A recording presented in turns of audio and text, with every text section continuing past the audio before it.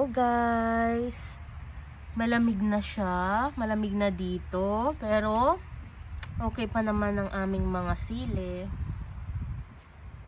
Tapos, ito naman, na ano na, the typhoon. Ayan. Ito naman yung mga iba. Habanero. Maanghang. Pero lahat naman sila maanghang. Wala naman matamis. Meron palang isang matamis. Pero bago ang lahat, yung mga kamote namin, oh. Kawawa na sila. Kawawa. Dibale, next year ulit, punta tayo dun sa matamis na sinasabi ko. Ang aking mga bell pepper. Ayan, ganyan na lang ata sila, hindi na sila lalaki. 3 paso. Pero 2 lang yung nagtubo, o yung may bunga. Ang aking saluyot na kawawa, nalanta na. Ito, galing din sa itong tinanim ko, galing din sila sa talbos ng saluyot. Tapos binabad ko sa tubig, and then noong nag-ano na siya, nagkaroon na siya ng konting roots, tinusok ko na dun. Ayan, marami ring hindi nabuhay. Ito lang yung mga ano. Then, nagkaroon sila ng ganito. Kaya next year, kinuha na ni Amore yung iba. Kaya next year, may itatanim na kaming mga buto. Then, ang aming avocado. Ang aming avocadong hindi na mabubuhay. Ang avocado ni Richard, naging yellow na ang dahon dahil malamig na. Lalaki pa kaya to, Amore? Ha? Lalaki pa? Sana nga. Pero kapag nag-snow, wala na. Then, ang nangyari sa aming mga upo. Pasensya na po at magulo. So, ayun, may bunga pa dun, oh. Saan ba yun? Hindi ko makikita, hindi ko makikita. Yung mga yun, oh. Pero baka hindi na rin lalaki.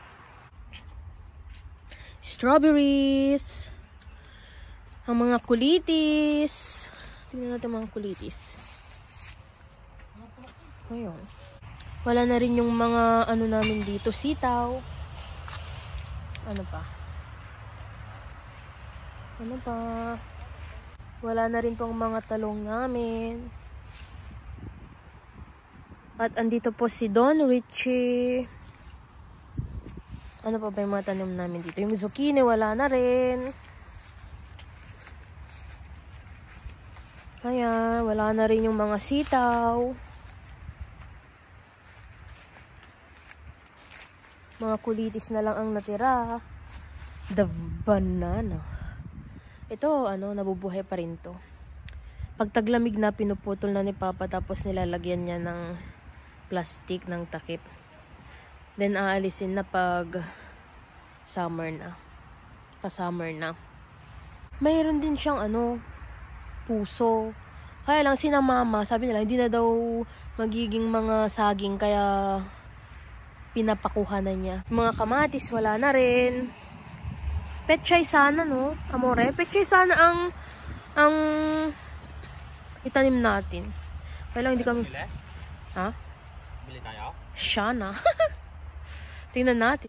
So, balik na tayo sa sile. Ay, meron pa pala. Yung mga tanim ko. Dito sa mga herbs, ito na lang pretzemolo o parsley ang medyo malusog. Yung basil, wala na. Ito yung kamote ni Amore. Wala na rin. Ay, pwede pa atang kainin. Kuha na ako ng sile. Yung mga muna, yung mga red ang kukunin ko.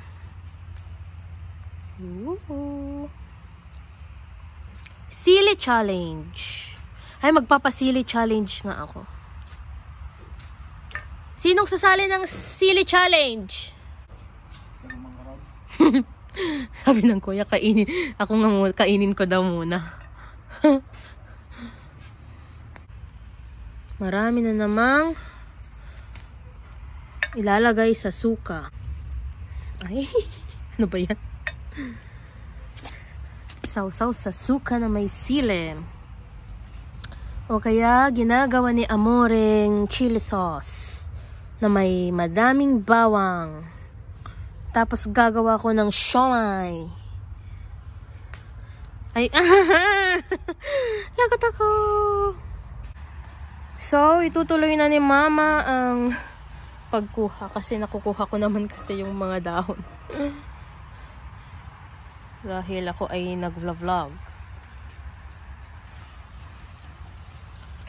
But here. Ito namang habaneros. Ang cute nila, ha? In fairness.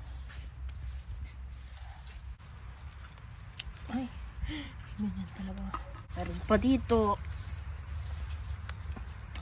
Ni? Nagot ako, kaya mo rin. Ang gani agwag ito. Total, madami pa naman. So, dito naman tayo sa kapitbahay ni Strawberry.